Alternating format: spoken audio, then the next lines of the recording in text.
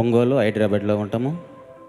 దేవుడు ఎన్నో అద్భుతాలు, ఆశ్చర్యక్రియలు మా కుటుంబంలో చేసిండు. 3 రోజులైంది ఇక్కడికి వచ్చి. దేవుడు ప్రార్థన జీవితంలో ఎదిగిస్తున్నాడు, బలపరుస్తున్నాడు.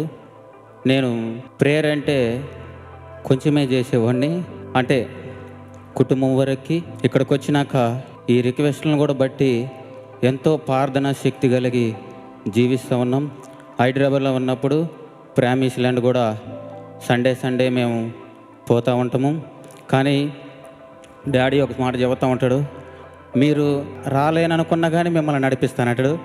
నేను రాలేననుకుంటానే ఉంటా, కానీ దేవుడు మా భార్య ద్వారా ఈడకి నడిపిస్తూ ఉన్నాడు, ప్రామిస్ ల్యాండ్ నడిపిస్తూ ఉన్నాడు. వచ్చిన కానించి ప్రతి విషయంలో మేము బలపడతానే ఉంటాం.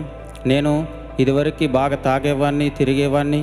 దేవుడు అంటేనే తెలియకుండా క్రైస్తవ జీవితంలోనే ఉన్నా కానీ, యేసు ప్రభు గురించి తెలిసినా కానీ నేను తాగుతా, తిరుగుతా, జబర్దస్త్ ప్రోగ్రాలకి వాటికి వీటికి బానిసయ్యి తిరుగుతూ ఉండేవాడిని. ఎప్పుడైతే నేను దేవుణ్ణి అంగీకరించానో, నిజమైన నా రక్షకుడు అనుకున్నానో, అప్పుడు ఆమించి అన్నీ మారిపోయాను.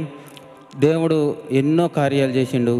నేను మొన్న పనికి పోయినప్పుడు కూడా బండి మీద వస్తూ ఉన్నాను. అక్కడ పక్కన ఎవరు ఆపారు, వాళ్ళకి ఏమైనా ప్రాబ్లం అయిందని ఆపాను. వెనక నుంచి వచ్చి బండి స్పాట్ను గుద్దేసిండు. దేవుడి కృపను బట్టి నాకు ఏం కాలే. ఎందుకంటే ప్రేయర్ రిక్వెస్ట్లు ప్రామిస్ ల్యాండ్లో ఇచ్చాము, ఇక్కడ ఇచ్చాము.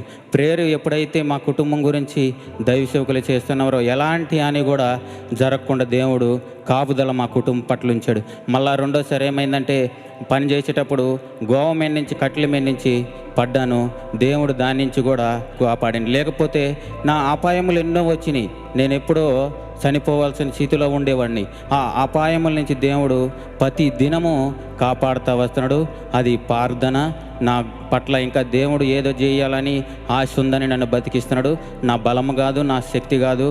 మేము మా భార్యకి బాగలేకుండింది. మేము 2-3 వారాలు ప్రామిస్ ల్యాండ్లోనే ఉన్నాము. దేవుడి కృపను బట్టి అందరూ మమ్మల్ని సొంత బిడ్డల్లాగా చూసుకున్నారు. మమ్మీ డాడీ కూడా వెళ్ళండి అని ఒక రోజు అనలేదు, అక్కడ ఉన్న స్టాఫ్ కూడా అనలేదు.